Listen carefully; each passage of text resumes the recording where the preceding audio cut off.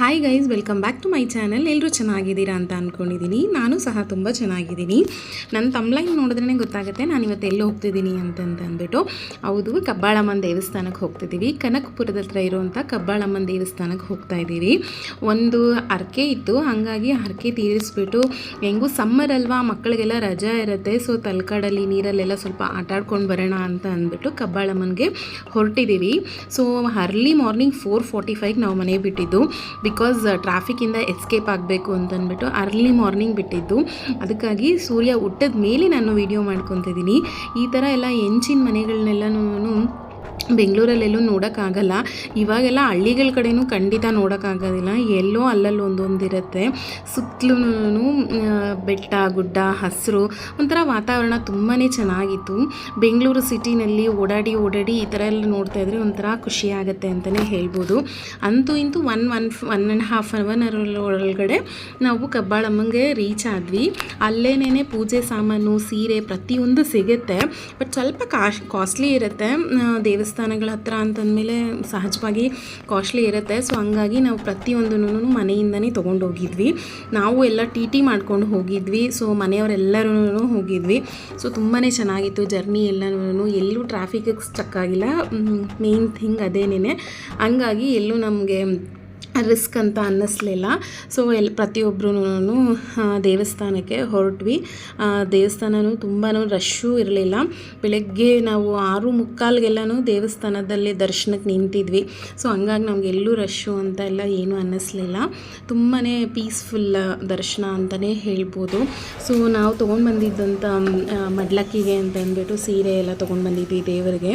ಅದನ್ನೆಲ್ಲ ಪ್ರತಿಯೊಂದೂ ರೆಡಿ ಮಾಡಿಟ್ಕೊಂಡು ದೇವಸ್ಥಾನಕ್ಕೆ ಹೋಗೋಣ ಅಂತ ಅಂದ್ಬಿಟ್ಟು ಅಲ್ಲೇ ಒಂದು ಕಡೆ ಕುತ್ಕೊಂಡು ಏನೇನು ಬೇಕು ಅದನ್ನೆಲ್ಲನೂ ರೆಡಿ ಮಾಡ್ಕೊಂಡ್ವಿ.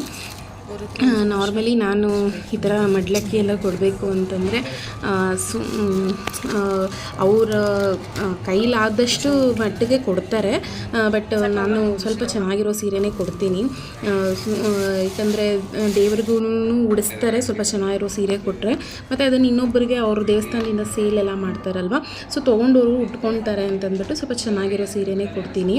ದೇವಸ್ಥಾನ ಮೊದಲಿಗಿಂತ ಇವಾಗ ತುಂಬಾ ಇಂಪ್ರೂವ್ ಮಾಡಿದ್ದಾರೆ. ನನಗೆ ಕೊರೋನಾ ಬಂದಾಗ ಒಂದು ಸತಿ ನಾನು ಹರಕೆ ಹೊತ್ಕೊಂಡಿದ್ದೆ. ಸೊ ಆವಾಗ ಒಂದು ಸತಿ ಹೋಗಿದ್ವಿ, ಸುಮಾರು 3 ವರ್ಷದ ಕೆಳಗಡೆ. ಅವಾಗೂ ಇವಾಗೂ ಸಿಕ್ಕಾಪಟ್ಟೆ ಇಂಪ್ರೂವ್ ಮಾಡಿದ್ದಾರೆ. ಮತ್ತು ಇನ್ನೊಂದು ಪ್ಲಸ್ ಪಾಯಿಂಟ್ ಅಂದರೆ ಮೂಲ ದೇವರನ್ನ ವೀಡಿಯೋ ಮಾಡೋಕ್ಕೆ, ಫೋಟೋ ತೊಗೊಳೋದಕ್ಕೆಲ್ಲನೂ ಬಿಡ್ತಾರೆ. ಅದೊಂದು ತುಂಬಾ ಒಂಥರ ಸೇವ್, ನಾವು ತೊಗೊಂಡು ಸೇವ್ ಮಾಡಿಟ್ಕೊಂಡ್ರೆ ಯಾವಾಗ ಬೇಕಾದರೂ ನೋಡ್ಕೋಬೋದು ಅಮ್ಮನ್ನ ಅಂತ ಅನ್ಬೋದು. ಆಮೇಲೆ ದರ್ಶನ ಎಲ್ಲ ತುಂಬಾ ಚೆನ್ನಾಗಾಯಿತು. ಎಲ್ಲೂ ಲೈಕ್ ಜಂಗುಳಿ ಅಂತೆಲ್ಲ ಏನೂ ಅನಿಸಿಲ್ಲ. ಸೊ ದೇವಸ್ಥಾನ ಎಲ್ಲ ನೋಡಿ ಖುಷಿಯಾಗಿ ಅಲ್ಲಿಂದ ನಾವು ಹೊರಟಿದ್ದು ತಲಕಾಡು. ಅವಾಗೂ ಅಷ್ಟೇ ತಲಕಾಡು ನಾವು ಆದಷ್ಟು ಬೇಗನೆ ರೀಚ್ ಆಗಿ ಹೋಗ್ಬಿಟ್ವಿ. ಆದರೆ ಅದು ಆನ್ ದ ವೇ ಒಂಥರ ಹಸಿರೆಲ್ಲ ನೋಡೋಕ್ಕೆ ತುಂಬಾ ಖುಷಿಯಾಗುತ್ತೆ. ಮನೆಯಿಂದನೇ ನಾವು ಬ್ರೇಕ್ಫಾಸ್ಟ್ ಎಲ್ಲ ಮಾಡ್ಕೊಂಡು ಹೋಗಿದ್ವಿ. ಸೊ ಎಲ್ಲರೂ ನೆಮ್ಮದಿಯಾಗಿ ಕೂತ್ಕೊಂಡು ಬ್ರೇಕ್ಫಾಸ್ಟ್ ಮಾಡಿದ್ವಿ. ಬೆಳಿಗ್ಗೆ ಆಲ್ಮೋಸ್ಟ್ 9:30ಗೆಲ್ಲ ನಾವು ತಲಕಾಡು ರೀಚ್ ಆಗಿ ಹೋಗ್ಬಿಟ್ಟಿದ್ವಿ. ಸೊ ಹಂಗಾಗಿ ಅಲ್ಲೇ ಹೋಗಿ ಬ್ರೇಕ್ಫಾಸ್ಟ್ ಮಾಡೋಣ ಅಂದ್ಬಿಟ್ಟು ಅಲ್ಲಿಗೆ ಬಂದು ಬ್ರೇಕ್ಫಾಸ್ಟ್ ಮಾಡ್ತಾಯಿದ್ವಿ. ಮನೆಯಿಂದ ಮಾಡ್ಕೊಂಡು ಹೋಗಿದ್ರಿಂದ ಅಲ್ಲಿ ಇಲ್ಲಿ ನಿಲ್ಲಿಸೋ ತಾಪತ್ರೆನೂ ಇರಲಿಲ್ಲ.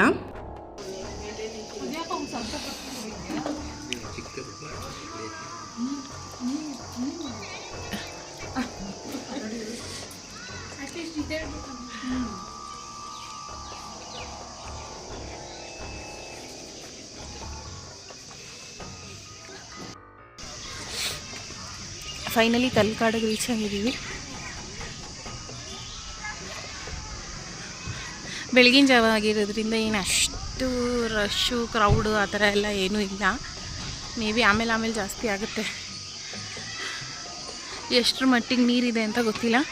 ಹೋಗಿ ನೀರೆಲ್ಲ ಎಷ್ಟಿದೆ ಅಂತ ನೋಡಿಕೊಂಡು ಆಟ ಆಡ್ಕೊಂಬರೋಣ ಅಂತ ಅಂದ್ಕೊಂಡಿದ್ದೀವಿ. ಬಂದು ಬ್ರೇಕ್ಫಾಸ್ಟ್ ಮಾಡಿದ್ವಿ ಮೊದಲು ಫಸ್ಟು. ಆದರೂ ಒಂಥರ ಚೆಂದ ಇದೆಲ್ಲ ಗ್ರೀನ್ರಿ ಎಲ್ಲ. ಇಷ್ಟು ದೊಡ್ಡ ಮರಗಳಿದೆ. ಇಷ್ಟು ದೊಡ್ಡ ಮರಗಳು, ತುಂಬ ಹಳೇ ಕಾಲದ ಮರಗಳಿವೆಲ್ಲ.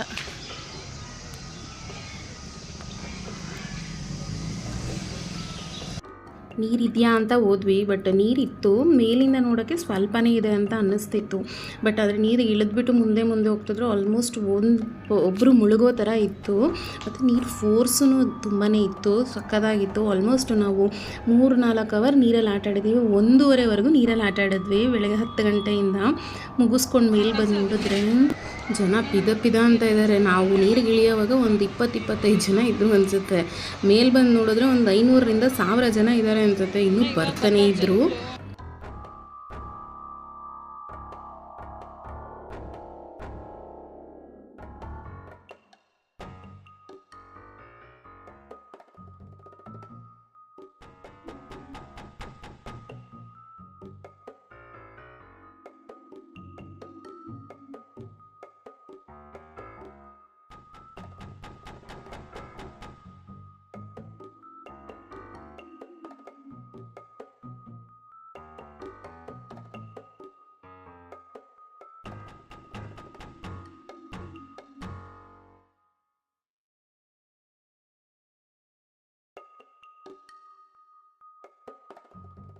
ಇದು ಬಂದು ತಲಕಾಡು ದೇವಸ್ಥಾನ. ಇದೆಲ್ಲ ಆಲ್ಮೋಸ್ಟ್ ಸುತ್ತಮುತ್ತ ಕಂಪ್ಲೀಟಾಗಿ ಮರಳಿಂದನೇ ಸುತ್ತುವರೆದಿರುತ್ತೆ.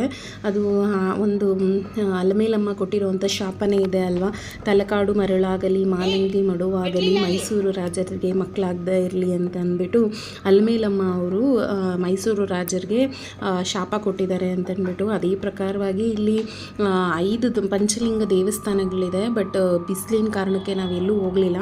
ಇದೊಂದು ಮೇಯ್ನ್ ದೇವಸ್ಥಾನಕ್ಕೆ ಮಾತ್ರ ಹೋಗಿಬಿಟ್ಟು ನಾವು ಅಲ್ಲೇ ವೆಯ್ಟ್ ಮಾಡ್ತಾ ಇದ್ವಿ. ಸೊ ಅಪ್ಪ ಅಮ್ಮ ಎಲ್ಲ ಹೋಗಿದ್ದರು. ಅಲ್ಲಿ ಒಂದು ದೇವಸ್ಥಾನ ಇದೆ, ಅದು ಕಂಪ್ಲೀಟಾಗಿ 5 ವರ್ಷಕ್ಕೆ ಒಂದ್ಸತಿ 5 ವರ್ಷ ಒಂದ್ಸತಿ ಅದನ್ನು ಓಪನ್ ಮಾಡ್ತಾರೆ. ಅಂದರೆ ಅದು 5 ವರ್ಷದಕ್ಕೆ ಓಪನ್ ಮಾಡಿದ್ರೂ ಕಂಪ್ಲೀಟಾಗಿ ಮರಳಲ್ಲಿ ಮುಚ್ಚಿ ಹೋಗ್ಬಿಡುತ್ತೆ. ಮತ್ತು 5 ವರ್ಷಕ್ಕೆ ಒಂದ್ಸತಿ ಅದನ್ನು ಮರಳೆಲ್ಲ ತೆಗೆದುಬಿಟ್ಟು ಏನೋ ಜಾತ್ರೆ ಎಲ್ಲ ಮಾಡ್ತಾರೆ ಅಂತಲೂ ಹೇಳ್ತಾರೆ. ಅಲ್ಲಿಗೆ ನಾವು ಹೋಗೋಕ್ಕಾಗಿಲ್ಲ.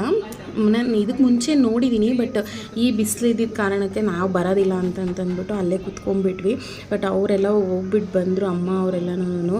ಸೊ ಸಿಕ್ಕಾಪಟ್ಟೆ ಬಿಸಿಲು ಅಂತಲೇ ಹೇಳ್ಬೋದು. ಆಮೇಲೆ ಅಲ್ಲಿಂದ ಹೊರಟ್ವಿ. ಇದು ನೋಡಿ ಮುಡುಕ್ತೋರೆ ಅಂತಂದ್ಬಿಟ್ಟು ಇಲ್ಲಿ ವ್ಯೂ ಮಾತ್ರ ಸಖತ್ತಾಗಿತ್ತು. ಬಟ್ ಇಲ್ಲೂ ಬೆಟ್ಟ ಹತ್ತಿ ಹೋಗಬೇಕಿತ್ತು ದೇವಸ್ಥಾನಕ್ಕೆ. ಹಂಗಾಗಿ ನೆಕ್ಸ್ಟ್ ಟೈಮ್ ಯಾವಾಗಾದರೂ ಬಂದಾಗ ಹೋಗೋಣ ಅಂತ ಅಂದ್ಬಿಟ್ಟು ಅಲ್ಲಿಗೆ ಹೋಗಲಿಲ್ಲ. ಬಟ್ ವ್ಯೂ ಮಾತ್ರ ತುಂಬಾ ಚೆನ್ನಾಗಿತ್ತು. ಫುಲ್ ಗ್ರೀನ್ ಗೊತ್ತಾ, ಸಖತ್ತಾಗಿತ್ತು. ಅಲ್ಲಿಂದ ನಾವು ಬಂದಿತ್ತು ಜನಪದ ಲೋಕಕ್ಕೆ.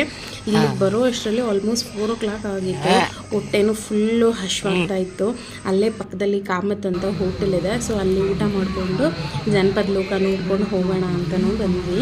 ಇದನ್ನು ಮುಂಚೆ ನಾನು ನೋಡಿದ್ದೀನಿ, ಬಟ್ ಆದ್ರೂ ಮಕ್ಕಳೆಲ್ಲ ಮರ್ತೋಗ್ಬಿಟ್ಟಿರ್ತಾರೆ ಅಂತ ಅಂದ್ಬಿಟ್ಟು ಹೋದ್ವಿ. ಬಟ್ ಲಾಸ್ ಏನೂ ಆಗಿಲ್ಲ, ತುಂಬಾ ಚೆನ್ನಾಗಿ ಇಂಪ್ರೂವ್ ಮಾಡಿದ್ದಾರೆ ಲಾಸ್ಟ್ ಟೈಮ್ಗಿಂತ ಈ ಟೈಮ್ಗೆ.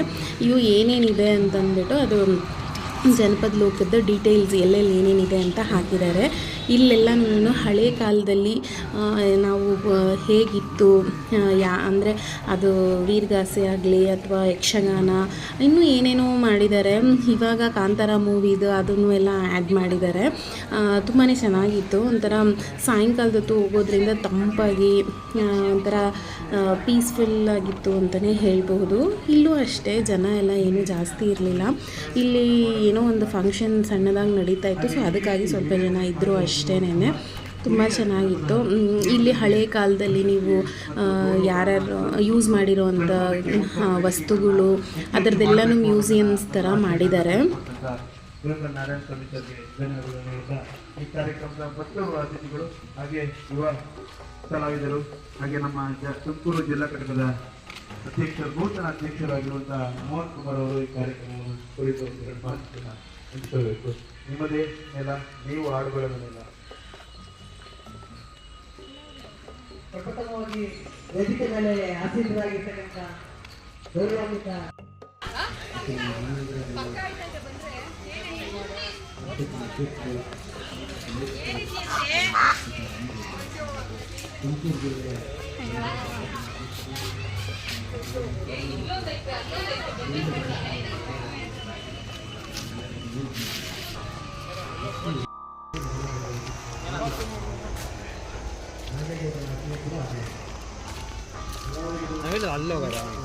ಹಿಂಗೆ ಬಂದು ಹಿಂಗೆ ಹೋಗ್ಬೇಕು.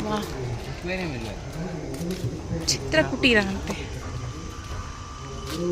ಇವಾಗ ನೀವು ನೋಡಿದ್ರಲ್ಲ ಚಿತ್ರಕುಟೀರ ಅಂತ ಅಂದ್ಬಿಟ್ಟು, ಅದು ಮತ್ತು ಮ್ಯೂಸಿಯಮ್ಮು ಮತ್ತು ಹಳೆಯ ಕಾಲದ ವಸ್ತುಗಳನ್ನೆಲ್ಲನೂ ಇಟ್ಟಿರುವಂಥ ಒಂದು ಮ್ಯೂಸಿಯಮ್ ಎಲ್ಲ ಇನ್ನೂ ಇದೆ. ಆಮೇಲೆ ಹಳೆಯ ಕಾಲದಲ್ಲಿ ನಮ್ಮ ಸಂಸ್ಕೃತಿಗಳೆಲ್ಲ ಹೇಗಿತ್ತು ಅಂತಂದ್ಬಿಟ್ಟು ವರ್ಣನೆ ಎಲ್ಲ ಮಾಡಿದ್ದಾರೆ. ಅದರೊಳಗಡೆ ಎಲ್ಲ ಮೊಬೈಲ್ ಎಲ್ಲ ಅಲೋ ಇಲ್ಲ, ಹಾಗಾಗಿ ನಾನು ಅದರೊಳಗಡೆ ಎಲ್ಲ ವೀಡಿಯೋ ತೊಗೊಳಕ್ಕಾಗಿಲ್ಲ. ಸೊ ಅದಕ್ಕೆ ನಾನು ಈಚೆ ವ್ಯೂಸ್ ಎಲ್ಲ ತೋರಿಸ್ತಿದ್ದೀನಿ ನಿಮಗೆ. ಈಚಿನೂ ಅಷ್ಟೇ ಎಷ್ಟು ಚೆನ್ನಾಗಿದೆ, ಮತ್ತು ಹಳ್ಳಿ ವಾತಾವರಣ ಎಲ್ಲ ಹೇಗಿದೆ ಅಂತಂದ್ಬಿಟ್ಟು ಅದನ್ನೆಲ್ಲ ನಾನು ಮಾಡೆಲ್ಗಳಾಗಿ ಡಿಸ್ಕ್ರೈಬ್ ಮಾಡಿದ್ದಾರೆ.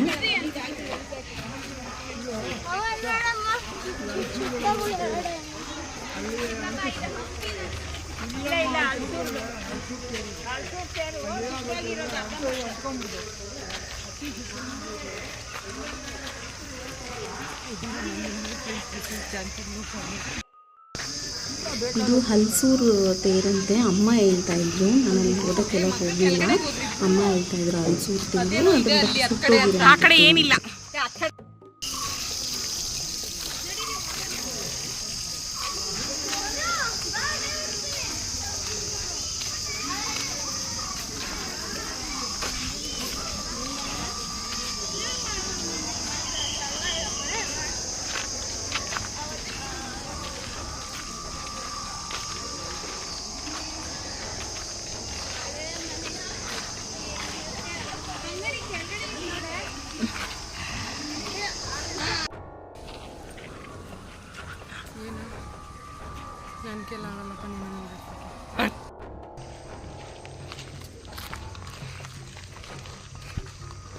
ಏನಿದೆ ಇದ್ರೊಳಗಡೆ?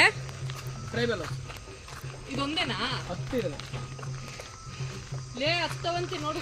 ಬಾ ಬರಬೇಡ ಬಿಡು.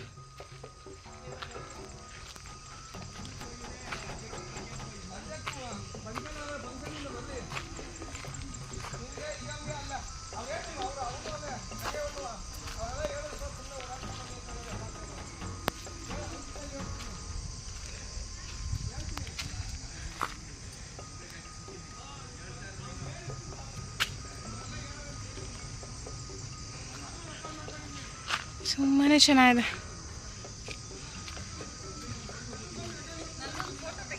ತೆಗಿಯಲ್ಲ ಹೋಗು.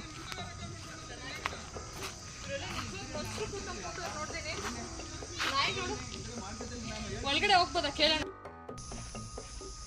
ಹಿಂದಿನ ಕಾಲದಲ್ಲೆಲ್ಲ ಹಂಗೆ ಅಲ್ಲ. ಇವ್ರು ನೋಡು,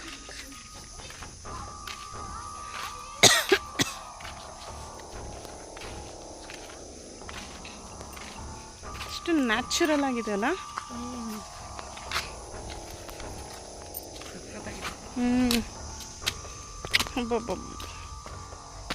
ಇದು ಗೊಂಡರು ತುಳಸಿ ಕಟ್ಟೆ. ಏನೋ ಅರಿತಾ ಇದ್ದಾರೆ.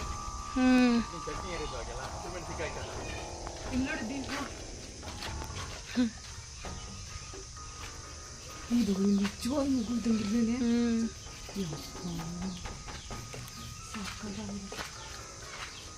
ಈ ಥರ ಇನ್ನೊಂದು ಶಿವಮೊಗ್ಗಲ್ಲಿ ಒಂದಿದೆ. ಶಿವಮೊಗ್ಗಲ್ಲಿ ಇಲ್ಲೊಂದಿದೆ. ಮಾಡ್ರನ್ ಹೆರಿಟೇಜ್ ವಿಲೇಜ್ ಇಲ್ಲೋಡೆ. ಇವರೆಲ್ಲ ನೋಡಿ ಎಷ್ಟು ನ್ಯಾಚುರಲ್ ಆಗಿದ್ದಾರೆ. ಬೈದ್ರೊಳಗಡೆ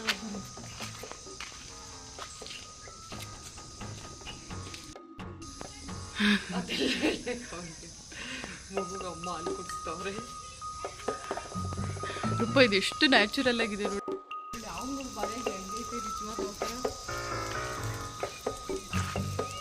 ಅಯ್ಯಪ್ಪ ಇಲ್ಲೇ ನಿಜವಾದ ಯಾವ ಥರನೇ ಇರುತ್ತೆ.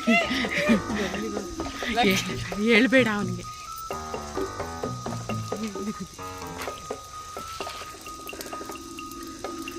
ಲಕ್ಷಿತ್, ನಾವು ಬೆಂಗಳೂರು. ಇದಾದಮೇಲೆ ಯಾವುದೂ ವೀಡಿಯೋ ಮಾಡ್ಕೊಳ್ಳೋಕ್ಕಾಗಲಿಲ್ಲ, ಯಾಕಂದರೆ ಮೊಬೈಲ್ ಆಲ್ರೆಡಿ ಸ್ವಿಚ್ ಆಫ್ ಆಗೋಗ್ಬಿಟ್ಟಿತ್ತು. ಸೊ ಪ್ಲೀಸ್ ಯಾರ್ಯಾರು ಸಬ್ಸ್ಕ್ರೈಬ್ ಮಾಡ್ದಿರ ನೋಡ್ತಾ ಇದ್ದೀರಾ ಅವರೆಲ್ಲ ಸಬ್ಸ್ಕ್ರೈಬ್ ಮಾಡ್ಕೊಂಡು ನೋಡಿ. ಯಾರ್ಯಾರು ಆಲ್ರೆಡಿ ಸಬ್ಸ್ಕ್ರೈಬ್ ಆಗಿದ್ದೀರಾ ಪ್ಲೀಸ್ ನಿಮ್ಮ ಫ್ರೆಂಡ್ಸು ಫ್ಯಾಮಿಲಿಗೆಲ್ಲನೂ ಶೇರ್ ಮಾಡಿ, ಕಮೆಂಟ್ ಮಾಡಿ, ಸಬ್ಸ್ಕ್ರೈಬ್ ಮಾಡ್ಕೊಳ್ಳಿ. ದಯವಿಟ್ಟು ಮರೆಯಬೇಡಿ ಸಬ್ಸ್ಕ್ರೈಬ್ ಮಾಡ್ಕೊಳ್ಳೋದ್ರನ್ನ. Thank you for watching.